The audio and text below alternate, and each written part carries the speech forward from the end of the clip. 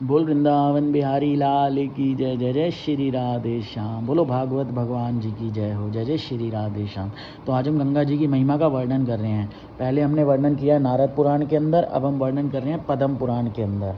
ठीक है जी। पद्म पुराण के अंदर सृष्टि खंड के अंदर ये 45वें अध्याय में व्यास देव जी ब्राह्मणों को बता रहे हैं, गंगा जी की महिमा का वर्णन कर रहे हैं। क्या कि देखिए, गंगा जी के जल में पितरों के उद्देश्य से जो पिंड दान करता है उसे प्रतिदिन 100 यज्ञों का फल होता है। मतलब उसे यज्ञ दिन 100 यज्ञों का फल मिलता है। जो लोग गंगा जी के जल में अथवा उसके किनारे पर तट पर आवश्यक सामग्रियों से तर्पण और अपने पिंड दान करते हैं अपने पितरों के लिए, उन्हें अक्षय स्वर्ग की प्राप्ति होती है। अक्षय मतलब जिसका कभी क्षय नहीं होता, जो कभी खत्म नहीं होता।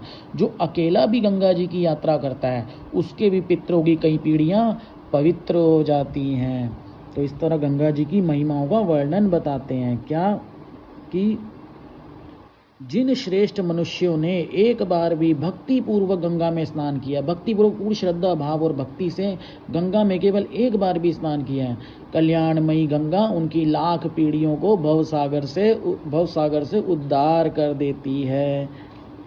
संक्रांति, व्यतिपात, चंद्र ग्रहण, सूर्य ग्रहण और पुष्य नक्षत्र में गंगा जी में स्नान करके मनुष्य अपने कुल की करोड़ों पीढ़ियों का उद्धार कर सकता है। तो इस दिन अगर वो गंगा जी में स्नान करे तो गंगा जी में पितरों को पिंडदान तथा तिल मिश्रित जल से तर्पण करने पर वे यदि नरक में भी हों तो स्वर्ग में चले जाते हैं, और स्वर्ग में हो तो मोक्ष को प्राप्त हो जाते हैं। तो गंगा जी का इतना सुंदर वर्णन बताया है व्यास देव जी ने ब्राह्मणों को। देखिए, अपने जन्म नक्षत्र के दिन, जैसे जिस इंसान का, जिस भी व्यक्ति का, जिस जीव का जिस भी नक्षत्र में जन्म हुआ है उस नक्षत्र वो दोबारा नक्षत्र पड़ जाए और उस दिन गंगा जी के संगम में स्नान करके मनुष्य अपने कुल का उद्धार कर देता है। जैसे किसी का भरणी नक्षत्र में जन्म हुआ और वो उस नक्षत्र पे जाकर गंगा जी में स्नान कर ले भाव और श्रद्धा से, तो वह क्या कर लेता है, अपने कुल का उद्धार कर देता है।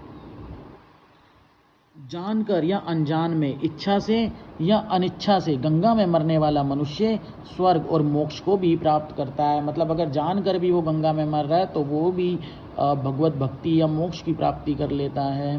तो गंगा जी का जो वर्णन महिमा बताई है व्यास देव जी ने, इस तरह बताया है कि सुनिए, एक मनुष्य अपने शरीर का शोधन करने के लिए हजारों चंद्रायण व्रत करता है और दूसरा मन चाह गंगा जल पीता है। उन दोनों में गंगा जल का पान करने वाला पुरुष ही श्रेष्ठ है।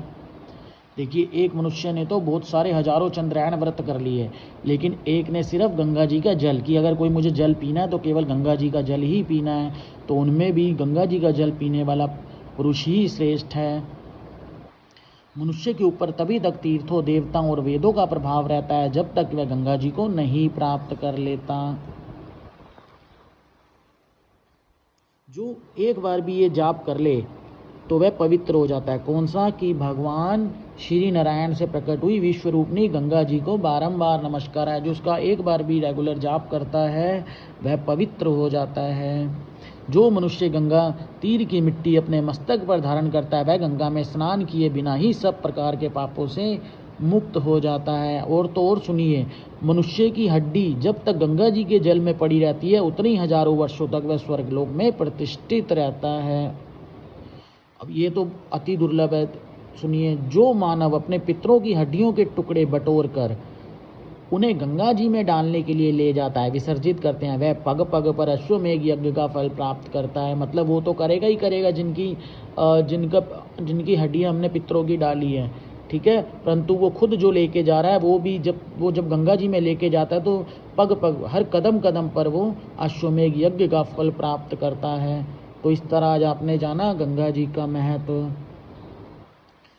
बोल वृंदावन बिहारी लाल की जय। जय जय श्री राधे श्याम।